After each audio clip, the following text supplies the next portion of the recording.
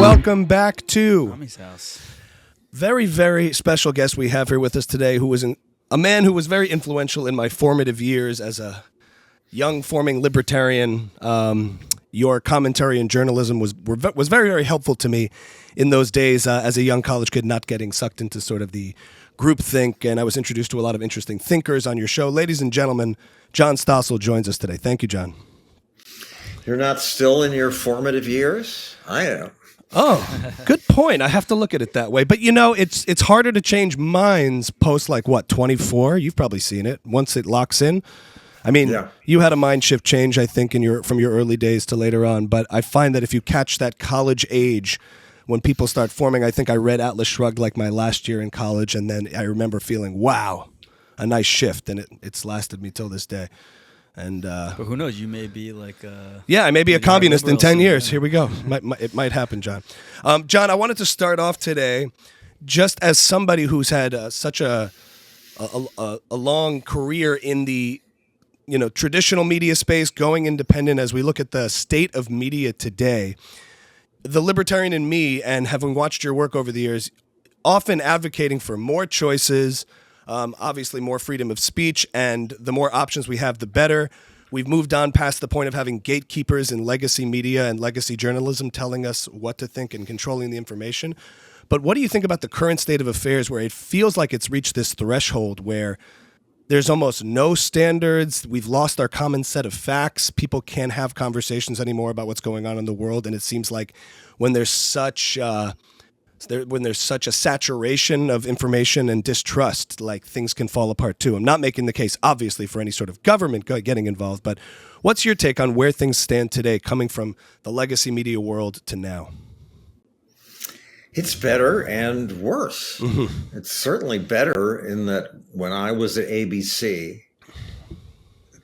there were only, thanks to government, made me more popular, 4 channels. Mm-hmm.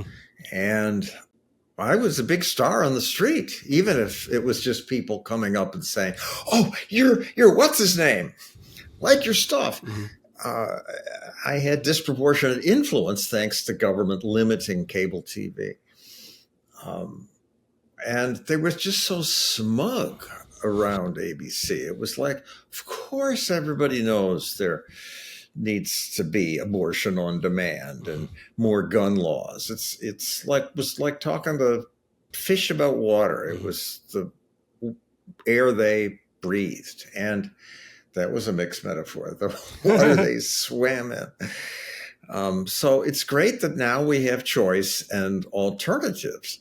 The problem is that the phone, wonderful as it is just sucking us in, sending us in bad directions. And that I go on Twitter and the algorithm is built to give you more of what you want. Mm-hmm. And if it notices I'm looking at something for a fraction of a second longer, it'll give me more of that. And that is often pretty evil stuff. If I'm horrified, I watch longer.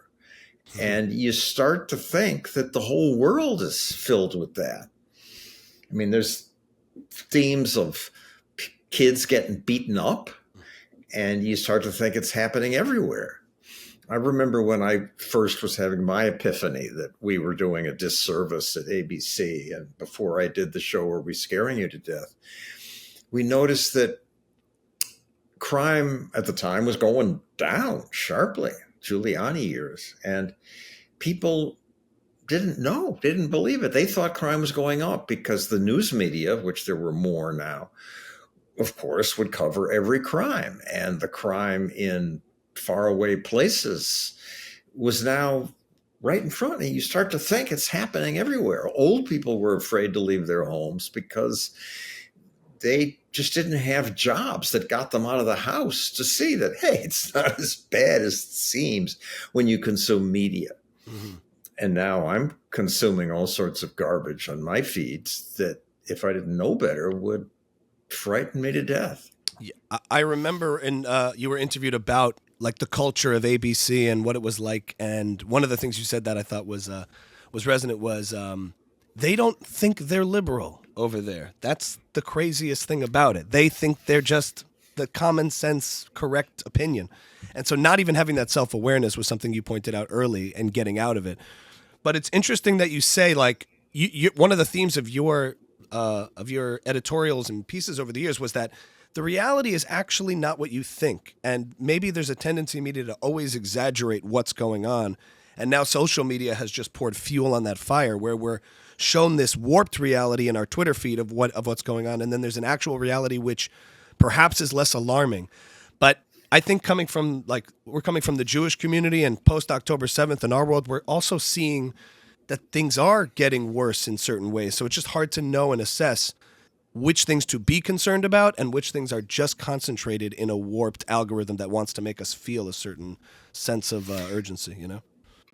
Well, I have an Orthodox friend, a psychiatrist, a really smart guy who was afraid to ride the subway when this was at the height of the publicity. Mm-hmm. And why is that? It's because we Jews disproportionately have a media influence. And when there was a horrible incident, mm-hmm. it got publicized. And pretty soon Jews thought Jews were getting beaten up all over the place.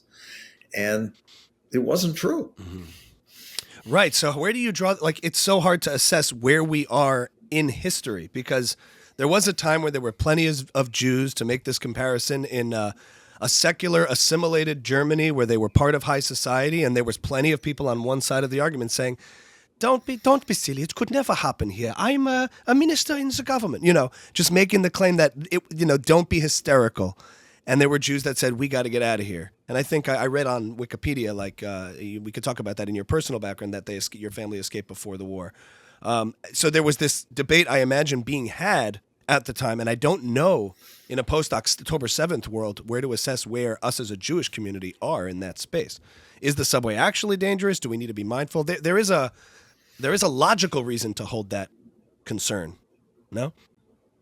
Well, the subway is not dangerous. Right. I don't presume to know what will happen in the future. And yes, my grandfather was going on Kristallnacht about, who the fuck are you telling me what to do? Yeah. I fought in World War I for Germany, and he got slapped. Mm-hmm. And that was an epiphany for my family. Mm-hmm.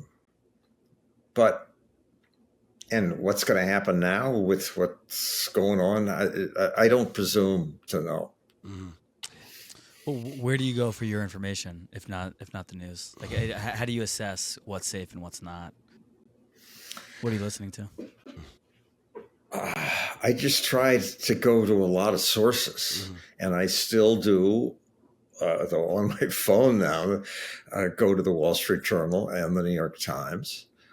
Above all, Reason.com, Reason TV, not Reason TV, just Reason. Yeah. The Reason website, whatever it's called. Sure. And then I just read this. I mean, I waste a lot of time on Facebook, videos of animals fighting other animals, and little children and pets doing cute things. It's a big problem. Nature is metal. I'll plug that account, because it's crazy out there. Forget the human world. The animal world is just vicious. And yeah, my nephew edits The Atlantic, which is filled with garbage. But just this morning, I was reading. He's a great kid. Until the end of it was a good article about Joe Rogan. Mm-hmm. So I just try to read a lot, and I'm aware that the scare stories are what sells, and we should disregard most of what they say. Right. Yeah. My brain, I still come back to this idea of, I'm a grandchild of Holocaust survivors on both sides, and I still maintained this, non-hysterical position for people who were like, I have friends in the community growing. It could happen here. It could happen here. We got to be careful. We can't trust anybody. And I was always a little bit past that, thinking people were being a little bit alarmist about it. But in a world post October 7th, seeing mobs of people across the West, it's one thing, the tragedy of October 7th and what happened, and we understand those threats, but to see people in the West so morally confused about it, to see demonstrations across college campuses. Douglas Murray has written about what's going on in the fall of Europe extensively, of people who are really anti-Western, this sort of anti-Western sentiment. How do you be diligent about what's going on without being alarmist? You know, like what is your take on what you saw? How did that affect you? Well, I saw these mobs in Britain, and it was a relief it's not happening here. And I have no great insight on what to think or what will happen. It's to see these gay groups, gays for Palestine. So now some people have offered $1 million if they throw a gay pride march in Palestine. Is that the way to open eyes? Maybe. I don't know. Have you made your contribution? No. Yeah, so I go between, you know, I've seen it many times across liberal media, left-wing hysteria about issues, whether it's the climate, whether it's gun control, and then you read Thomas Sowell and you read actual research of what's going on, and the reality is far less than what's been made out to be, because oftentimes these stories are perpetuated to gain power. They're perpetuated to pass policy, to control other people, and you need people to be afraid. Not to sound conspiratorial, but honestly, you need people, in order to pass sweeping policy and people to be on board, they need to buy into this some sort of reality that that there's something urgent that needs to get done, as opposed to not always, you know. Thomas Sowell had a great interview where he talked about, like, the idea that government needs to do something at all is a presumption. It's an assumption that you all make, and maybe it would get worse. So I'm torn between that and seeing where we are now. Yeah. So it's just sad that you're citing, and I do it too, this 90-plus-year-old man. Yeah. And where are the younger, widespread influences saying things as sensible as Thomas Sowell said years ago? And we should all read his wonderfully wise books. Yeah. But I should also remember that, you know, more of you are going to pay attention if the media says this is going to kill you than if they say things are okay. The plane crashing is news. It's a freaking miracle that they fly all day, every day, right next to each other and don't crash. But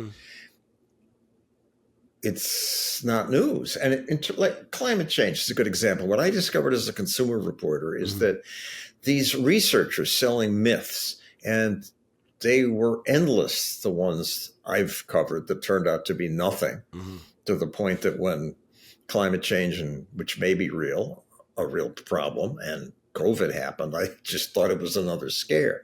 But it was red dye number 6 and red dye number 2 and flesh-eating bacteria and killer bees coming up from Mexico stinging us all to death. The scientists behind them really believed it was true. They weren't bullshitting. The people closest to it are the most scared. It's the epidemiologists who really got scared about COVID. Dr. Fauci, of course. Remember, shutting down all of New York City. I never said that, but I said that. Yeah. And he became an opportunist, a special case. Yeah. One example was that some radiation from the phones was going to give everybody brain cancer because we're holding these phones up to our ears. Well, we're still holding them up to our ears in many cases. And there was no surge in brain cancers. They found a little blip, and that guy went with it. And he wasn't bullshitting. He was really scared. And the same is true with the climate change people. You lose perspective.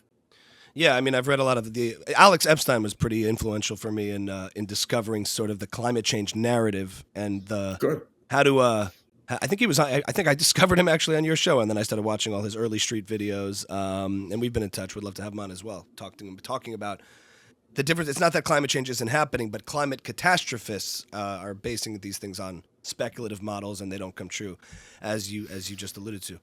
But I think the distrust in authority kind of cuts both ways, because in a way it allows people to be less trustful of like sweeping policy. I think post-COVID, it's no longer faux pas to question, you know, what happened. At one point, the culture seemed to be just captured by, this very strange moment in time in COVID where almost you were seen as, label everything that was healthy skepticism as disinformation, misinformation, and it fell into this binary. But the flip side of that is also like having no institutional trust and no authority. And granted, they may have done that to themselves. Then you lose your common set of facts, and then everything from vaccine skepticism of all vaccines and all kinds of innovation become a problem. So, yeah, like you said, it's better and it's worse. I don't know.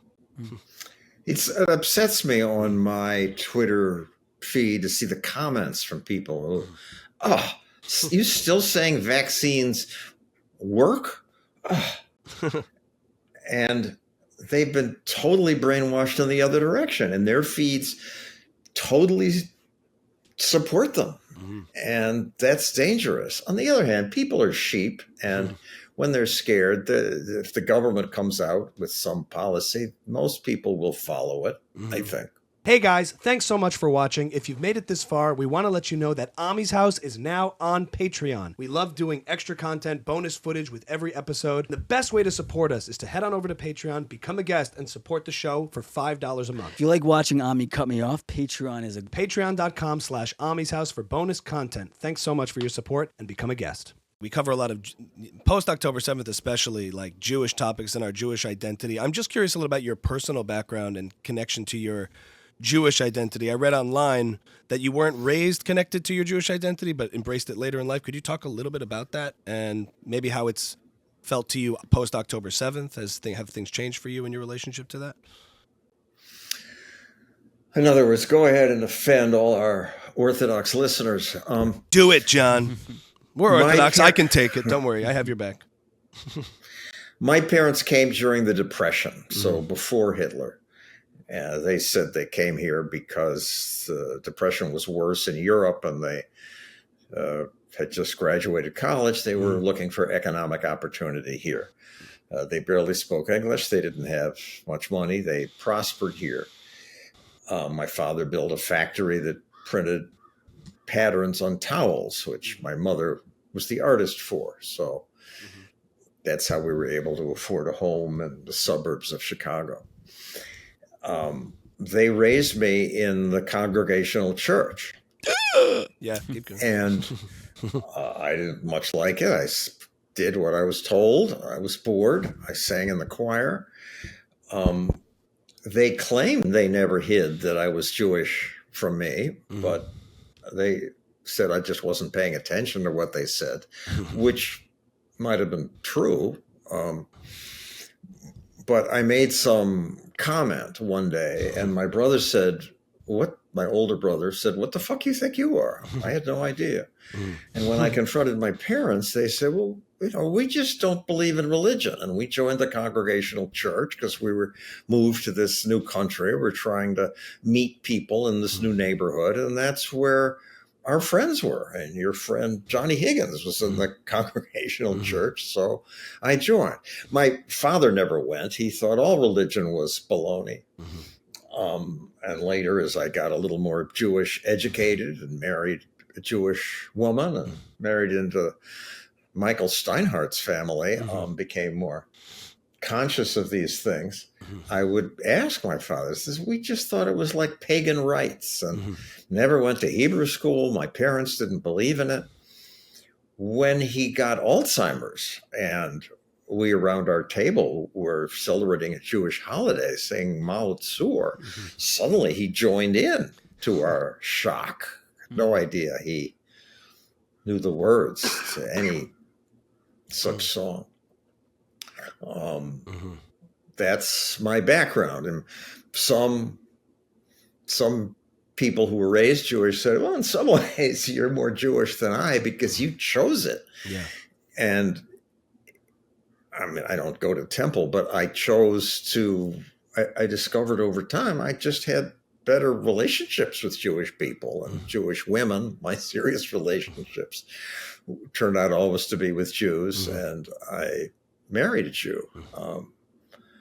So I like Jews, but I don't buy the religious rites, and I bristle at standing up and sitting again in temple. You still got a Yiddish cup. They say a Yiddish cup, a Yiddish head over here. And did that, and that October 7th didn't do anything to change that in any way? Can you raise your Sorry. microphone? I just can't quite I'll hear say you. it a little louder. I talk softly. And just October 7th didn't do anything to change that identity for you, or It made me angry, but no. Yeah. I've noticed in certain Jews of different backgrounds, there's this strange thing that when you see a rise in anti-Semitism or anti-Israel hostility, there's sort of this choice. If you don't have a strong background connected to it, it's kind of hard to assert that in the face of hostility. And so, yeah, I mean, I just wonder, post October 7th, did it make you, just to reiterate the question, like, did it make you feel more connected as a Jew, given that people are highlighting a negative spotlight on Israel or anything like that? Did you go to Israel? Did you have a connection to Israel before October 7th or since then? I mean, some. I've only been there once. I think it was given maybe it was to Jordan. us in 1947, and we deserved to keep most of the land, but Israel did some nasty stuff in expanding Israel. So, and I'm not well versed on that, and I figure there are smarter and more educated Jews to fight that battle. And I'm focusing on the battle I lived, which was economic freedom. Yeah. Yeah, I was going to ask about that too, because it's been an interesting thing as in the libertarian community. It seems like there are certain issues that really divide honest libertarians. Abortion is probably one of them, because you can make the libertarian case on both of those grounds. You see libertarians who are pro-life to the core, pro-choice to the core, based on the same principles. And the same applies, I think, in the Israel-Palestine situation, where we're talking about property rights, we're talking about natural rights, but then you're also talking about cultural, religious issues and which culture lives up to those principles. So I've had debates with libertarians that I pretty much agree with everything on, and then on this issue could not disagree more. So, that's been an interesting thing to notice, I'd say, in libertarian circles, especially when it comes to just generally non-interventionist foreign policy. Do you still hold those same positions? Has anything kind of moved for you over the years on interventionism, non-interventionism, America's involvement in the world abroad? No, neither works well. You can't sit and take it, as Jews have learned. Yeah. But intervening seems to make us more new enemies. Right. And I just don't have the expertise. As I said, it took me all my life to learn about how free markets will get you ice cream and electricity better. And to know international geopolitics, I don't know which way to go. I attend these Gatestone meetings to educate me about Israel and Jewish issues, but I don't have the answers. Right. What can you elaborate on what Gatestone is? I'm not familiar. Gatestone is a group of largely all Jews and conservative for the most part, and they have speakers who talk about issues like Israel and Palestine and what to be done. Interesting. I'm curious then, moving on to sort of current event in politics. One thing that I used to be very, the issue of free trade the coming from the works of Milton Friedman, staunch free trader. And then you watch somebody like Trump, who I felt, in the early days of his candidacy, early 2016, I've heard him called everything from every angle, from the far left saying he's a fascist, he's the worst thing, threat to democracy. And then in the sort of pure libertarian circles, his issues on trade, he's a statist, a big government guy, even if he might align. Has anything shifted for you? Where's your current state, given the election coming up, on who would be better for freedom, more generally speaking, now that we've seen a Trump presidency and a Biden presidency, which Kamala would, I assume, be an extension of? Well, Trump would probably be better for freedom because he has economic That's all I need to know, Devil. advisors Just kidding. who are sensible. But, I mean, what's changed and confirmed by the last debate is that he's just a selfish baby who only cares about himself. And who knows what he would do as president? and his moronic yapping about how tariffs are going to protect us in some way is just such a disappointment. He's so disappointing in so many ways. Yeah, I mean, clearly there's not an ideology that... Now you've pissed everybody off, John. No, there's clearly not an ideology that he's navigated by. It's more temperamental. But there's something about... there is an ideology. Ideology. Yeah. Love me. Give me more money. Give me stuff. Right. But he wants to help this country, John, so strongly. You have to admit. He loves this country. No, I don't. He wants to help himself and could give a shit about the country. So let's play devil's advocate, not as a Trumpkin. You know, I've made it clear kind of where I stand politically in some ways, leaning libertarian in a lot of ways. But don't you think there's a case to be made that he's taken a huge hit publicly? He was a popular celebrity, media figure, and since running for president, I mean the amount of hate, assassination attempts, risks to his life. So the pure Trump supporter to the core will say, you know, that there's something admirable about that. What's your response to that? It's admirable that he stands right up after getting shot. It's admirable that he resisted a bunch of jerks along the way. But he's such a disappointment. Thank God we have limited government, the founder's genius, that neither of these candidates can do all that much damage, especially if we have a swamp and a divided Congress, which election betting odds says we're likely to have. Right. I think the one thing that he's most underestimated on skill-wise, Trump, is his ability with people. Like, Trump has a certain intuition with people, how to impact people, how to make them feel something, which I think a lot of libertarian candidates over the years have just completely lacked. When you joined me on a birthday party years ago, we talked about they're just a bunch of nerds. That's too cerebral. All these candidates just can't connect, and like it or not, running for president is a popularity contest, and it's showbiz for the masses from a political standpoint. And Trump's a showbiz candidate, and that's why I think he's been so effective for himself in rising to popularity, because he really understands that. So, I don't know. Don't you agree? Yeah. Does he understand it, or he just instinctively knows how to appeal to lots of people? He has that Scott Adams assessment that talked about his ability for persuasion, and that he has a skill stack that people underestimate, which it tends to, in the long run, he's like, you know, the boogeyman. You can't, the people his detractors have tried in so many different ways, and he's still there standing. So there is something to that, which is kind of undeniable, his ability to sort of speak to people, no? For one of my videos, I confronted him about grabbing this woman's house in Atlantic City. I thought you were going somewhere else with that. When you said grabbing a woman by the house. Okay, there we go. Grabbing her house. They let you do it, John. They let you grab them by the house. They let you do it. Yeah. We were doing a piece on eminent domain laws and how politically connected people abuse them. And I said, you and your crony, this isn't fair. This is you and your political cronies in New Jersey shoving this woman out of your house for your own gain. These are not cronies. These are fine public servants. And he just knew how to respond to me aggressively. He had no logical defense, but he was just good at it. And then he stands up and all that height towers over you. It's a little intimidating. Yeah. He's an interesting piece of work. Right. So I think you talked about an episode that you had that confrontation with him. He likes people who like him. There's no question about that. That's the way to Trump's heart. And you press pretty hard. So do we all. Yeah, exactly. So what was your take on Vivek? Vivek was the one, to me, who was the most, to me, literate and informed on the substantive issues, which was refreshing to see on a public stage like that. Did you feel that way? Yeah, he's good. I'd much rather have him be the candidate. Yeah. So he'll be involved somehow. He kept it pretty careful on making sure he still was in the Trump good graces. I think he's calculated when you're in the public. You think he'll be given a cabinet position?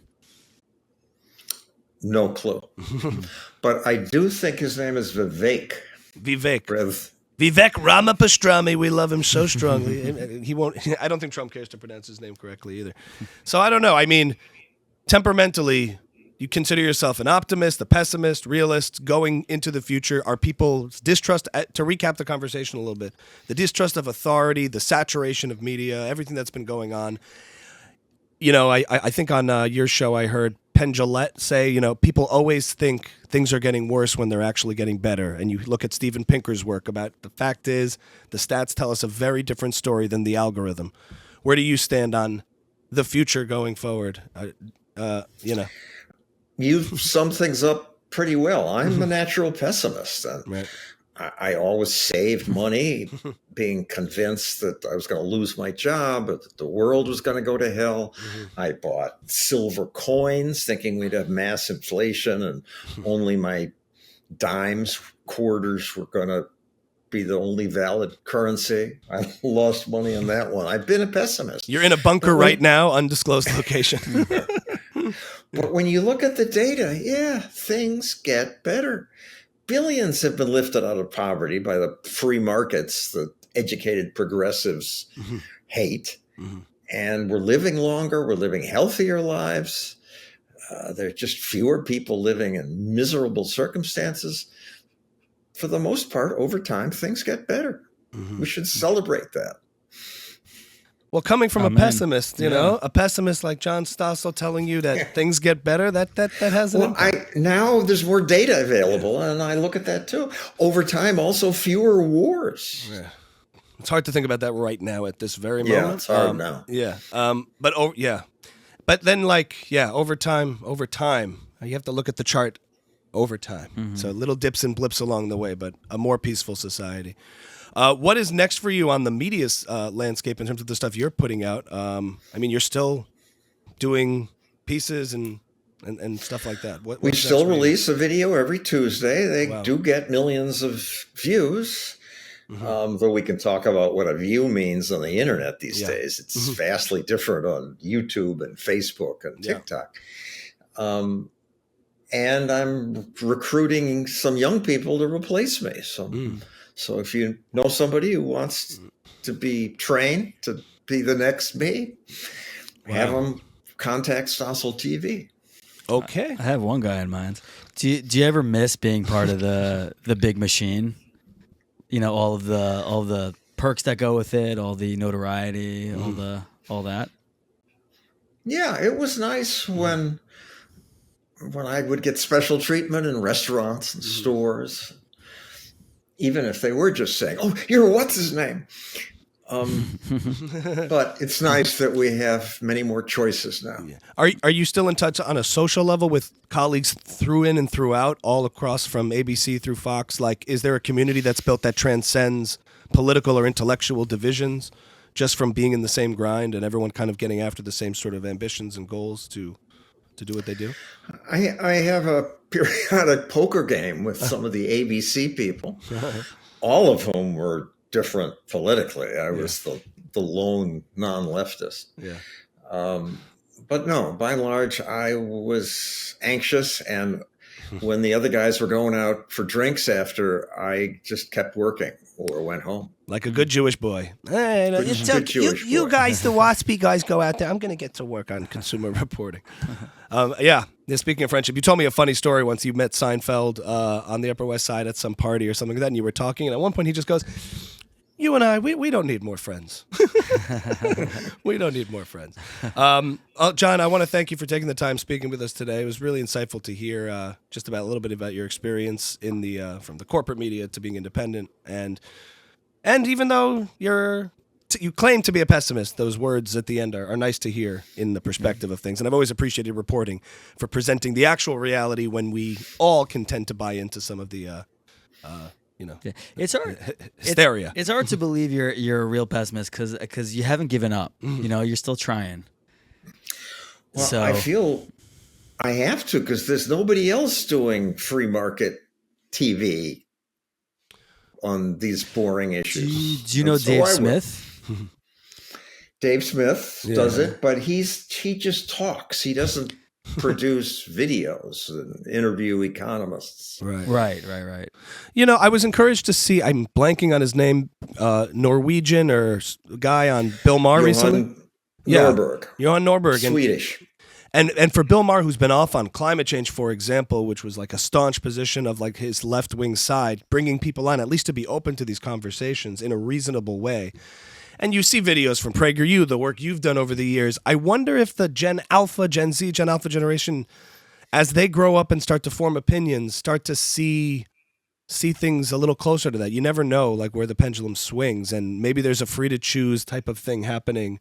You know, the counterculture has become conservative in a way. There was a movement of that where the most popular person on Facebook impressions is Ben Shapiro in the Daily Wire, and the podcast world has leaned more on the conservative side of things. So, you know, while I think in one reality we're seeing that these ideas, these fallacies still permeate and they're still consistently being perpetuated by maybe our politicians and the intelligentsia, in the actual population at large, there's a more richer conversation to be had about free markets and what that actually means. So. And just to correct it, the Bjorn Lomborg is the climate change specialist. We get our Scandinavians. You know, they all kind of sound the same way, John, when they talk about issues. And they're both right on about totally about a lot of things. Well, we'll keep elevating those voices for us, John. I've always appreciated it. It was very helpful to me. And you do reach people, and here I am talking to you. So it helps between a sea of confusion to keep doing it. So I appreciate it. Good. Any final thoughts, Michael? No, that was great. Thank you. Thank you, John. Thank you. Great talking. Thank you.